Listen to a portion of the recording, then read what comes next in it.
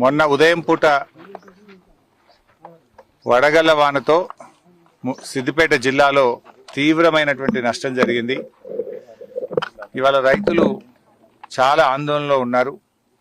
రాష్ట్ర ప్రభుత్వం పంటల బీమా చేస్తామని శాసనసభలో బడ్జెట్లో నిధులు కూడా కేటాయించి మొండి చేయి చూపింది. నిజంగా పంటల బీమా చేసుంటే ఇవాళ రైతులందరికీ మేలు జరిగేది.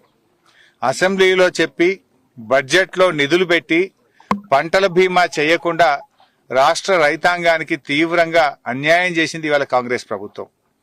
పంటల బీమా బడ్జెట్లో పాస్ అయ్యి కూడా చేయకపోవడం ఇది రాష్ట్ర ప్రభుత్వం యొక్క తప్పు. అందువల్ల పంటల బీమా కింద రైతులకు ఏ రకమైన సాయం అయితే అందుతుందో ఆ రకంగా ఎకరానికి 25,000 రూపాయల ఆర్థిక సహాయం చేసి రైతులందరినీ కూడా ఆదుకోవాలని చెప్పి ఈరోజు నేను ప్రభుత్వాన్ని డిమాండ్ చేస్తా ఉన్నా.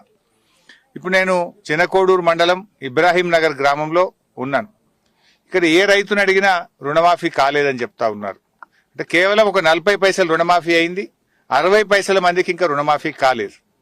రైతు బంధు గురించి మాట్లాడిస్తే ఆటాన మందికి కూడా రైతు బంధు పడలేదు, ఇంకా ఆటాన మందికి రైతు బంధు డబ్బులే రానటువంటి పరిస్థితి ఉన్నది. అంటే ఈ రకంగా ప్రభుత్వం మాటలు ఎక్కువ, రేవంత్ రెడ్డికి చేతలు తక్కువ. రేవంత్ రెడ్డికి మాటలు కోటలు దాటుతున్నాయి. రుణమాఫీ అయిపోయింది అంటుండు. నేను మొన్న అసెంబ్లీలో అడిగిన, అయ్యా బట్టి విక్రమార్క గారు రండి, మా సిద్దిపేటలో ఏ ఊరికి పోదామో రండి.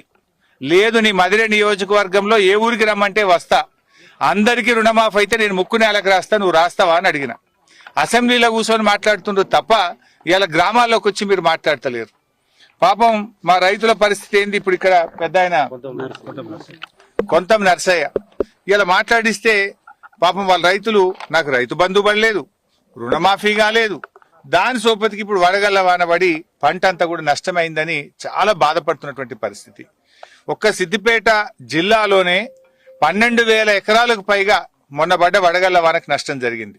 గత వారం వడగళ్ల వాన పడి గత వారం దాదాపు 3-4 ఎకరాలు పోయింది. ఈ వారం 12,000 ఎకరాలు పోయింది. అంటే రెండు కలిపితే 16,000 ఎకరాలు ఒక్క సిద్దిపేట జిల్లాలో నష్టం జరిగింది. అంటే 6 కాలం కష్టపడి పెట్టుబడి అంతా పెట్టి చెమట చుక్కలు పడిచి బుక్క నోట్లకు పోయే సమయానికి పంట ఇక రేపో మాపో కోస్తమనంగా ఈ రాళ్లు పడి చాలా నష్టం జరిగింది. పాపం రైతులు చాలా దుఃఖంలో ఉన్నారు. అందువల్ల ఈ ప్రభుత్వం ఇప్పటికైనా రేవంత్ రెడ్డి, నువ్వు దేవుళ్ళ మీద ఒట్టు పెట్టినావు, ప్రతి ఊరు దేవుడి మీద ఒట్టు పెట్టినావు. మా మెదక్ జిల్లాలో పాపన్నపేట అమ్మవారి మీద ఒట్టు పెట్టినావు, మెదక్ చర్చి మీద ఒట్టు పెట్టినావు, వేములవాడ రాజన్న మీద ఒట్టు పెట్టినావు, యాదాద్రి లక్ష్మీనరసింహ స్వామి మీద ఒట్టు పెట్టినావు. ఒట్టు పెట్టి దేవుడి మీద ఒట్టు పెట్టి మాట తప్పితే పాపం తగులుతుంది. ఇవాళ చాలా మంది రైతులకు రుణమాఫీ కాలేదు. ఇప్పటికైనా రుణమాఫీ డబ్బులు మొత్తం విడుదల చేయాలని చెప్పి నేను కాంగ్రెస్ ప్రభుత్వాన్ని, రేవంత్ రెడ్డిని డిమాండ్ చేస్తున్నా. ఇప్పుడు నా చినకోడూరు మండలం, నా నియోజకవర్గం చినకోడూరు మండలంలో ఇప్పటిదాకా రుణమాఫీ అయిన రైతులు ఎంత అంటే 5,300 మందికి రుణమాఫీ అయింది. కానోళ్ళు ఎందరు అంటే 7,352 మందికి గాలే. అంటే ఒక్క వంతు రుణమాఫీ అయింది, 2 మందికి రుణమాఫీ కాలే. చేసింది ఒక వంతు, ఎగ్గొట్టింది 2 వంతులు. దానికి రుణమాఫీ అయిపోయిందని అసెంబ్లీలో ముఖ్యమంత్రి చెప్పుడు, కాంగ్రెస్ వాళ్ళు బల్లలు కొట్టుడు. మరి రాండ్రి ఊళ్ళకి దమ్ముంటే గన్మెన్లు లేకుండా, పోలీసు వాళ్ళు లేకుండా ఏ ఊరికి పోదామో చెప్పుర్రి, ఏడ రుణమాఫీ అయిందో చెప్పుర్రి. మాటలు కోటలు దాటుతున్నాయి.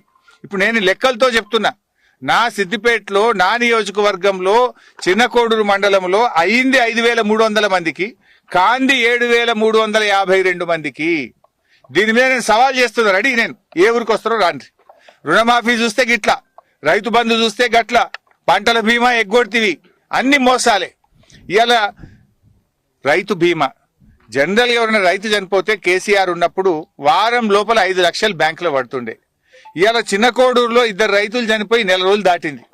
1 నెల రోజులు దాటినా రైతు బీమా పైసలు ఇప్పటిదాకా వస్తలేవు. రైతు బీమా ఎగబెడితివి, రైతు బంధువు ఎగబెడితివి, రుణమాఫీ సగం సగం, అంత ఆగమాగం. ఏది చక్కగున్నది నీ పాలనలా? ఇవాళ ఎంతో కష్టపడి మేము కాళేశ్వరం ప్రాజెక్టు కట్టి, మేము కాలువ కింద నీళ్లు తెచ్చి ఇంత పంట పండించే సమయానికి ఈ రకంగా రాళ్లు పడి ఇలా రైతులు చాలా బాధపడతా ఉన్నారు.